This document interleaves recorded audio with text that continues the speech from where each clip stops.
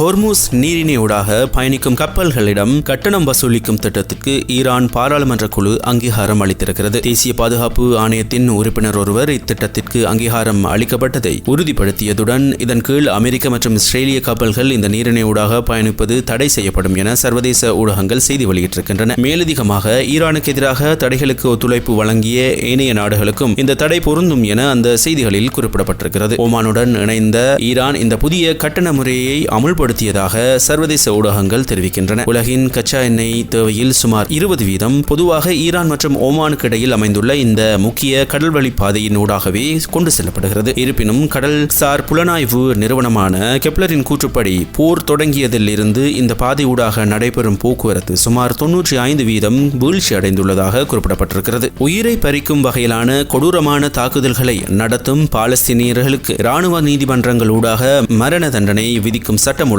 இஸ்ரேலிய பாராளுமன்றம் நேற்று நிறைவேற்றி இருக்கிறது. இது பிரதமர் பெஞ்சமின் நெத்தன்யாகு தீவிர வலதுசாரிகளுக்கு வழங்கிய வாக்குறுதியை நிறைவேற்றும் ஒரு நடவடிக்கையாக அமைந்துள்ளதாக சர்வதேச ஊடகங்கள் சுட்டிக்காட்டுகின்றன. அமெரிக்காவில் BA.3.2 என அழைக்கப்படும் சிகடா வகை கொரோனா வைரஸ் பரவி வருவதாக செய்திகள் வெளியாகி இருக்கின்றது. இது ஒமிக்ரான் வைரஸின் ஒரு துணை வகையாகும். இந்த வகை வைரஸ் முதலில் கடந்த 2024 தென்னாப்பிரிக்காவில் கண்டறியப்பட்டது. இந்த நிலையில் அமெரிக்காவின் கலிபோர்னியா உள்ளிட்ட சுமார் 25 மாகாணங்களில் தற்பொழுது கண்டறியப்பட்டிருக்கிறது. பிப்ரவரி நிலவரப்படி உலகளவில் குறைந்தது 23 நாடுகளில் இது பரவியுள்ளதாக தகவல்கள் தெரிவிக்கின்றன. முந்தைய வைரஸ்களை விட இதில் அதிகப்படியான மரபணு மாற்றங்கள் இருப்பதாக ஆய்வாளர்கள் கூறுகின்றனர். கடந்த ஜூன் மாதம் அமெரிக்காவில் நெதர்லாந்தில் இருந்து வந்த ஒரு பயணியிடம் இந்த மரபணு மாறுபாடு கண்டறியப்பட்டுள்ளது. இதனால் இது தடுப்பூசி மூலம் கிடைக்கும் நோய் எதிர்ப்பு சக்தியில் இருந்து தப்பிக்கும் வாய்ப்புள்ளதாக கருதப்படுகிறது. இந்த வைரஸ் பெரிய அளவிலான பாதிப்பையோ அல்லது தீவிரமான உயிரிழப்பையோ ஏற்படுத்தும் என்று இதுவரை உறுதி செய்யப்படவில்லை. இருப்பினும் மக்கள் முன்னெச்சரிக்கையாக இருக்குமாறு